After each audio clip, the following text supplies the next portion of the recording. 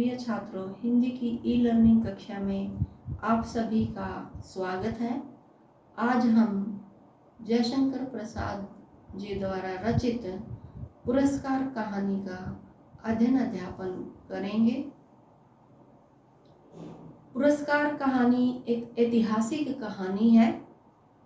इस कहानी में प्रेम और कर्तव्य का द्वंद्व चित्रित किया गया है। कहानी की मुख्य पात्रा मधुलिका और अरुण है। कहानी का आरंभ कौशल राज्य के राजा द्वारा कृषि उत्सव से आरंभ होता है। कौशल की राजधानी श्रावस्ती है। राजा जिस कृषि उत्सव को मनाने जा रहा है, उस उत्सव में किसी एक कृषक का खेत लिया जाता है और राजा उस भूमि पर एक दिन के लिए किसान बनता है। सोने के हल से खेती के लिए हल चलाता है। उत्सव को बड़े धूमधाम से मनाया जाता है और उस भूमि के चौगुना मूल्य के बराबर उस कृषक को पैसा दिया जाता है। बाद में पूरा साल खेती कृषक को ही देखनी है, लेकिन उसे राजा का खेत कहा जाता है।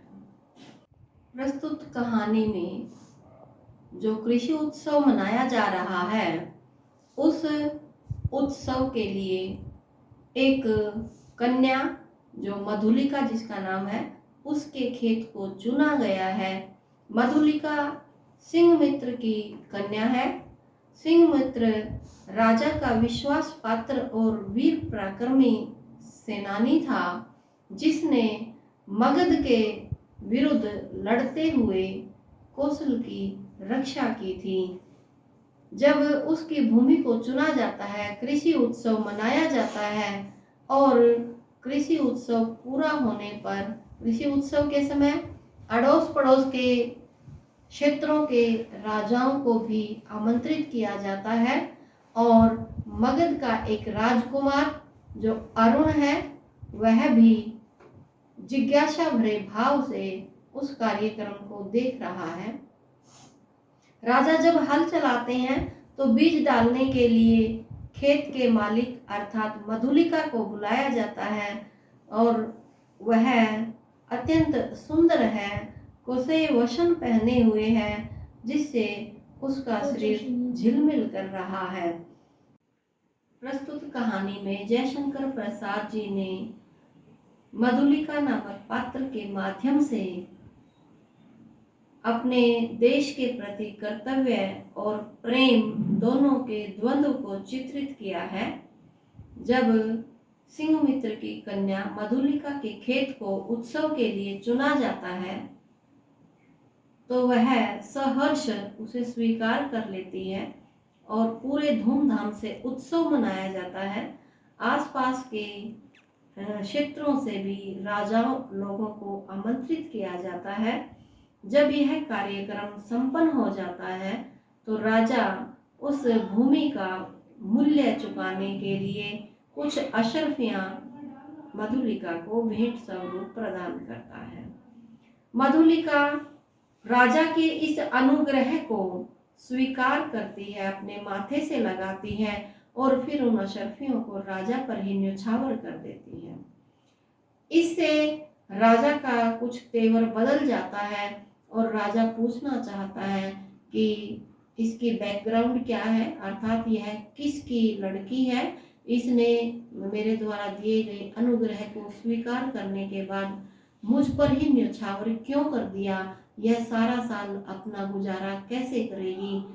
तब जब उससे पूछा जाता है तो बताया जाता है कि वह सिंहमित्र की कन्या है और सिंहमित्र राजा का विश्वास पात्र व्यक्ति था, जिसने मगध के विरुद्ध कौशल राज्य की लाज बचाई थी।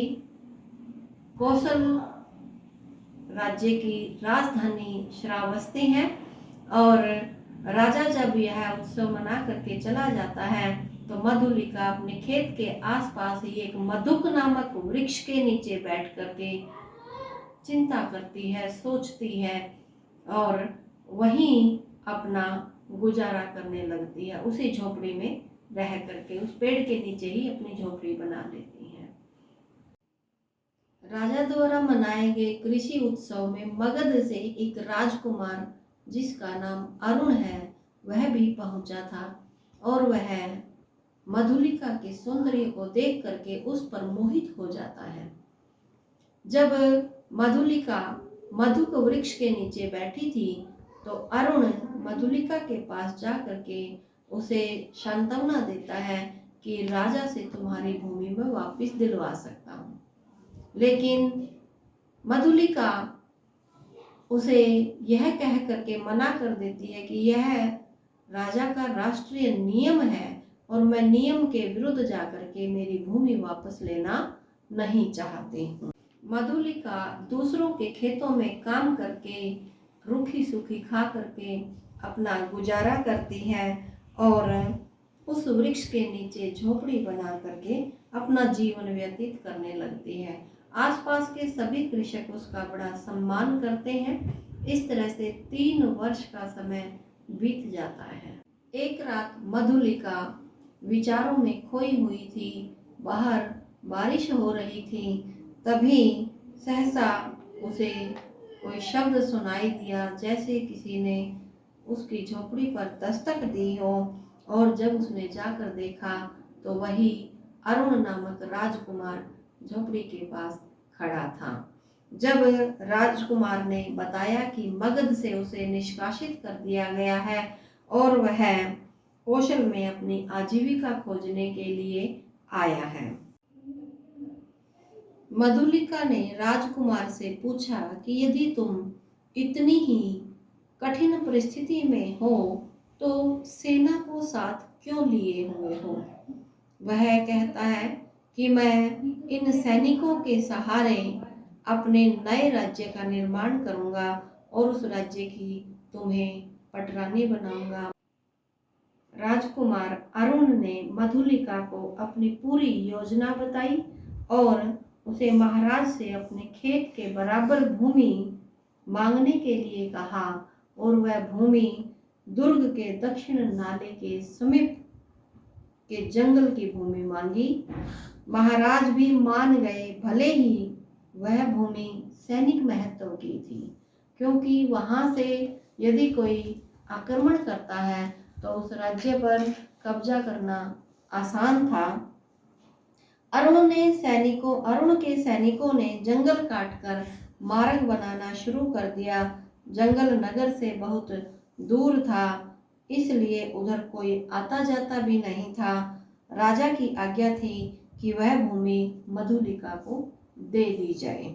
अतः लोग उस ओर से निश्चिंत थे कि यहाँ से कोई आक्रमण नहीं होगा, क्योंकि यह भूमि मधुलिका के पास है और वह मधुलिका जो है राष्ट्र प्रेमी लड़की है। तभी अरुण ने अपनी योजना उसे बताई। उसने उसी रात कौशल की राजधानी श्रावस्ती दुर्ग पर अधिकार करने की योजना बनाई हुई थी। यानी अरुण जो है सच्चे मन से प्रेम नहीं करता था, वह केवल कौशल राज्य को हड़पना चाहता था, हथियाना चाहता था।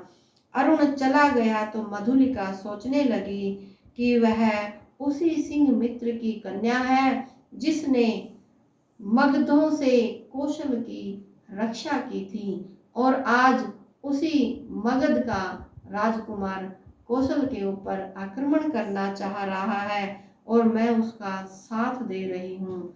यह कैसा घृणित कार्य मैं कर रही हूँ। उसने अपने आप में प्रायश्चित किया। उसके मन में द्वंद्व चल रहा था। उसने जा करके सारी बातें सेनापति को बता दी। पहले तो सेनापति को विश्वास न हुआ, किंतु जब मधुलिका ने बताया कि आक्रमण किधर से होगा तो सेनापति चौंक गया। उसने शीघ्र ही सैनिक इकट्ठे किए और रात होने पर भी महाराज को जगाया। मधुलिका को उनके सामने उपस्थित किया गया।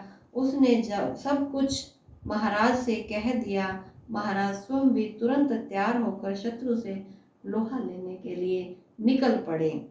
अरुण बंदी बना लिया गया। उसकी योजना असफल हुई। उसे महाराज ने प्राण दंड दिया और साथ ही मधुलिका से भी पूछा, जो पुरस्कार चाहो मांग लो। राजा ने अपनी सारी खेती उसे दान दे दी, किंतु मधुलिका ने राजा से वचन लेकर क्या मांगा कि मुझे भी प्राण दंड मिले। यह कहकर वह अरुण के पास जाकर खड़ी हो गई। मधुलिका ने प्राण दंड क्यों मांगा? क्योंकि मधुलिका अरुण से सच्चा प्रेम करती थी। वह अपने प्रेम को भी बनाए रखना चाहती थी, और लेकिन प्रेम से भी ज्यादा अपने राष्ट्र और अपने देश की रक्षा को महत्व देती है। इसीलिए वह श्रावस्ती को या कौशल राज्य को बचाने के लिए अरुण जो गलत काम कर रहा था उसके लिए शिकायत कर देती है, परंतु अरुण को वह अपने प्रेमी रूप में स्वीकार करने के कारण वह अपने लिए भी मृत्यु दंड की मांग करती है। मधुलिका एक राष्ट्र प्रेमी भी है और अपने जीवन साथी से भी प्रेम करती है। इसके साथ ही कहानी का अंत होता है और राजा पुरस्कार स्वरूप उसे सारी भूमि दान में दे देते हैं।